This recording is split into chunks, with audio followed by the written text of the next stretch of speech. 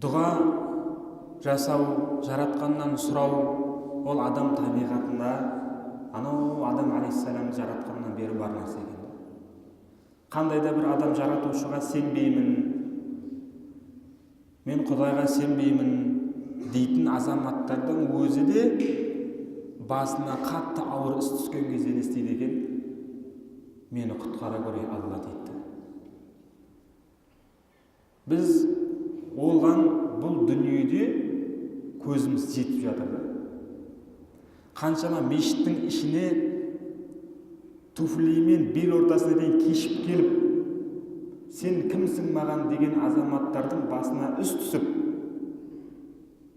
пәлен уақыттан кейін келіп, мен сондай қателік істеген екем ғой, мен намаз оқиын деп едім, маған бір жай намаз ба бірдеңе берсең екен деген секілді азаматтар да болған дейді.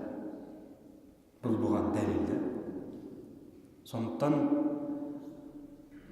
бұл дұға жасау, жаратушы Раббысынан кешірім тілеу немесе де басқа да бір нәрселерді сұрау, ол адамның табиғатында, адамды Алла солай жаратып қойғанда.